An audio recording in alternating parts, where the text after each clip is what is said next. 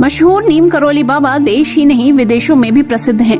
दिनों दिन उनके भक्तों और मानने वालों की संख्या बढ़ती जा रही है। नैनीताल के करीब स्थित कैंची धाम में नियमित तौर पर श्रद्धालु बाबा के मंदिर में उनके दर्शन के लिए आते हैं और 50 साल पहले 11 सितंबर के दिन बाबा नीम करौली का निधन हो गया था। तो अब हम बात करेंगे कि उनकी मृत्यु कैसे हुई। दरअसल बाबा नीम करौली ऐसे संत के तौर पर याद किए जाते हैं जो सादा जीवन जीते थे और लोगों को अच्छे काम के साथ सादा जीवन जीने के लिए प्रेरित करते थे। उनके जीवन और कामों को लेकर न जाने कितनी कहानियां हैं। उनसे जुड़े लोग बताते हैं कि बाबा ने उनके जीवन को कैसे बदल दिया या किस तरह बाबा ने उनको संकट में राह दिखाई थी। इतना ही नहीं, बाबा के भक्तों में एप्पल के फाउंडर स्टीव जॉब्स भी थे जो महीने भर से ज्यादा उनके सानिध्य में रहे। इसी तरह विदेश की कई और शख्सियतें हैं जो उन्हें दिव्य पुरुष मानती हैं। बाबा ने अपने प्राण वृंदावन में त्यागे जहां उनका मंदिर है और यहाँ भी लोग दर्शन के लिए आते हैं। बात है 11 सितंबर 1973 की रात की, जब बाबा अपने वृंदावन स्थित आश्रम में थे। अचानक उनकी तबीयत खराब होने लगी। उन्हें तुरंत अस्पताल में भर्ती कराया गया जहाँ डॉक्टरों ने उन्हें ऑक्सीजन मास्क लगाया, लेकिन बाबा ने इसे लगाने से मना कर दिया। उन्होंने वहां मौजूद भक्तों से कहा, अब मेरे जाने का समय आ गया है। उन्होंने तुलसी और गंगा जल को ग्रहण कर रात के करीब 1:15 पर अपना शरीर त्याग दिया। हालांकि उनकी मृत्यु का कारण मधुमेह कोमा बताया जाता है। आपको बता दें कि नीम करौली बाबा का जन्म करीब 1900 में उत्तर प्रदेश के अकबरपुर गांव में हुआ था। बताया जाता है कि वहीं 17 साल की उम्र में उन्हें ज्ञान की प्राप्ति हुई। उन्होंने घर छोड़ अपना जीवन हनुमान भक्ति में लगा दिया। बाबा नीम करौली का कैंची धाम नैनीताल में भुवाली से 7 किलोमीटर की दूरी पर है। यहाँ हर साल 15 जून को वार्षिक समारोह मनाया जाता है। उस दिन बाबा के भक्तों की भारी भीड़ जुटती है। वहीं आपको जानकर हैरानी होगी कि नीम करौली बाबा का वास्तविक नाम लक्ष्मी नारायण शर्मा था। उनके पिता का नाम दुर्गा प्रसाद शर्मा था और 11 वर्ष की उम्र में ही बाबा का विवाह हो गया था। बार बार गृहस्थ जीवन त्यागने की उन्होंने कोशिश की, लेकिन परिवार के दबाव में अपने परिवार के साथ ही रहे। फिर 1958 में बाबा ने अपना घर छोड़ दिया। वो पूरे उत्तर भारत में साधुओं की तरह घूमने लगे। तब वो लक्ष्मण दास, हांडी वाले बाबा और तिकोनिया वाले बाबा जैसे कई नामों से जाने जाते थे। उन्होंने गुजरात के ववानिया मोरबी में तपस्या की तो वहाँ के लोग उन्हें तलैया बाबा के नाम से पुकारने लगे। लेकिन जिस नाम से वो आज दुनिया भर में प्रसिद्ध हैं, वो नाम उन्हें कैसे मिला, आइए हम आपको बताते हैं। एक बार बाबा फर्स्ट क्लास कंपार्टमेंट में सफर कर रहे थे। जब टिकट चेकर आया तो उनके पास टिकट नहीं था। तब उन्हें अगले स्टेशन यानी नीम करौली में ट्रेन से उतार दिया गया। बाबा थोड़ी दूर पर अपना चिपटा धरती में गाड़ कर बैठ गए। गार्ड ने ट्रेन को हरी झंडी दिखाई, लेकिन ट्रेन 1 इंच भी आगे नहीं हिली। फिर बाद में बाबा से माफी मांगने के बाद उन्हें ससम्मान ट्रेन में बिठाया गया। उनके बैठते ही ट्रेन चल पड़ी। तभी से बाबा का नाम नीम करौली पड़ गया। वहीं एक बार की बात है कि कैंची धाम आश्रम में भंडारा होना था। बड़ी संख्या में लोग भंडारे का प्रसाद ग्रहण करने आए, लेकिन इस दौरान घी कम पड़ गया। बाबा नीम करौली के भक्तों ने इस बात की जानकारी उन तक पहुंचाई। नीम करौली बाबा जी ने अपने भक्तों से कहा कि चिंता मत करो, पास बह रही गंगा नदी से 2 कनस्तर जल भर कर ले आओ। भक्तों ने ऐसा ही किया। वो गंगा जल भर कर ले आए और कढ़ाई में डाल दिया। बाबा नीम करौली के चमत्कार से कढ़ाई में डाला जल देसी घी में बदल गया और उसमें गर्मा गर्म पूरियां तली जाने लगी। सभी भक्त ये देखकर हैरान रह गए। दूसरे दिन बाबा के आदेश पर 2 कनस्तर देसी घी बाजार से लाकर गंगा मैया को वापस कर दिया गया और घी नदी में प्रवाहित कर दिया गया।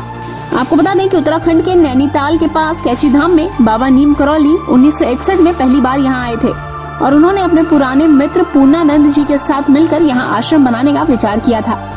बाबा नीम करौली ने इस आश्रम की स्थापना 1964 में की थी। गौरतलब है कि किस्मत बदल देने वाले चमत्कारी बाबा नीम करौली महाराज के देश और दुनिया में आज भी लाखों करोड़ों अनन्य भक्त हैं। फेसबुक के founder mark Zuckerberg, Apple company के फाउंडर स्टीव जॉब्स, अभिनेत्री जूलिया रॉबर्ट, भारत के प्रधानमंत्री नरेंद्र मोदी, मशहूर भारतीय क्रिकेटर विराट कोहली, उनकी पत्नी अभिनेत्री अनुष्का शर्मा, अभिनेता और सांसद रवि किशन का नाम भी बाबा के अनन्य भक्तों में आता है।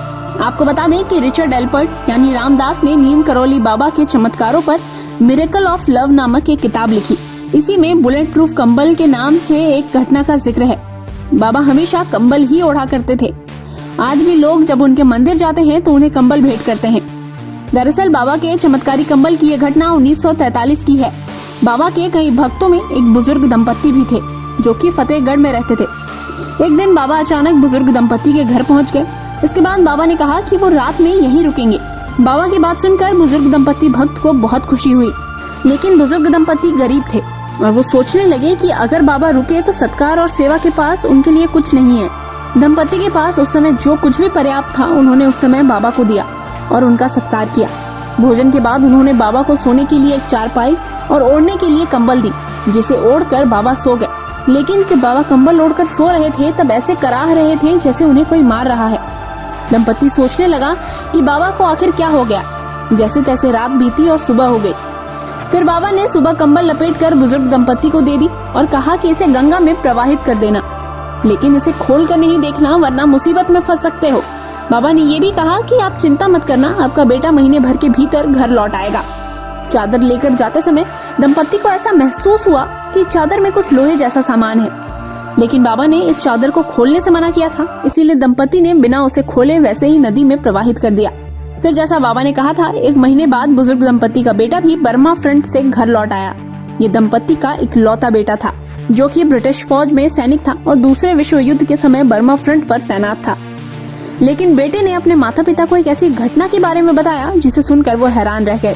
बेटे ने कहा कि लगभग महीने भर पहले एक दिन वो दुश्मन फौजों के बीच घिर गया और रात भर गोलीबारी होती रही।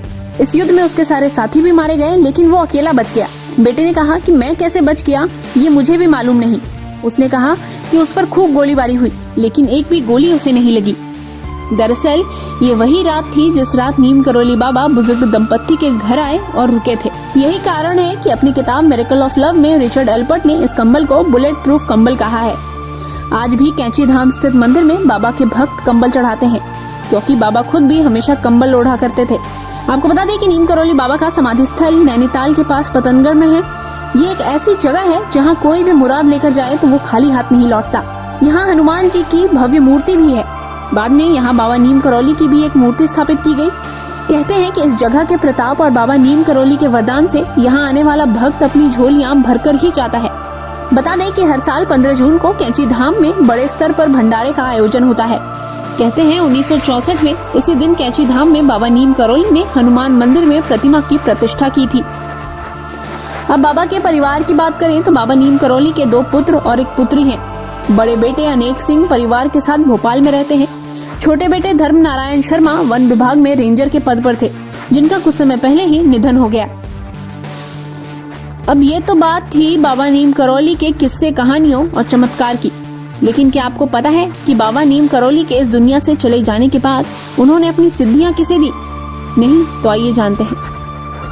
नीम करोली बाबा के ब्रह्मलीन होने के बाद उनकी शिष्या सिद्धि माँ महाराज की उत्तराधिकारी बनी, जिसके बाद उन्होंने कैंची धाम परिसर की पूरी व्यवस्था खुद संभाली। उन्हें भक्त प्रेम से सिद्धि माई भी कहते थे। सिद्धि माँ को भक्तों ने वही सम्मान दिया जो वो नीम करोली महाराज के प्रति रखते थे। बताया जाता है कि ब्रह्मलीन होने से पहले बाबा ने सिद्धि माँ के लिए एक पंक्ति लिखी थी कि माँ जहाँ भी तू रहेगी वहीं मंगल हो जाएगा। आपको बता दें कि 1940 के आसपास नैनीताल में पहली बार नीम करोली महाराज का आगमन हुआ था। तब वो सिद्धि माँ को कात्यायनी देवी कहकर बुलाते थे। बाबा के भक्तों का मानना है कि 1973 में ब्रह्मलीन होने से पहले नीम करोली महाराज ने अपनी सारी अलौकिक शक्तियों को माँ सिद्धि को सौंप दिया था। बाबा की शिष्या व उत्तराधिकारी रही सिद्धि माँ हर सप्ताह शनिवार और मंगलवार को कैंची धाम में भक्तों को दर्शन देती थी।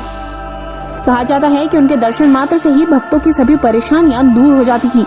बता दें कि नीम करोली महाराज के देश और दुनिया में कुल 108 आश्रम हैं। इनमें सबसे बड़ा कैंची धाम और अमेरिका के न्यू मैक्सिको सिटी में स्थित ताउस आश्रम है। 28 दिसंबर 2017 को करीब 92 साल की उम्र में नैनीताल के मल्लीताल स्थित प्रसादा भवन के आवास में सिद्धि माँ का निधन हो गया था। माँ के ब्रह्मलीन होने के बाद कैंची धाम में उनकी भी भव्य प्रतिमा स्थापित कर अलग पूजा कक्ष बनाया गया है। 28 दिसंबर को हर साल उनकी पुण्यतिथि पर कैंची धाम में विशाल भंडारा होता है।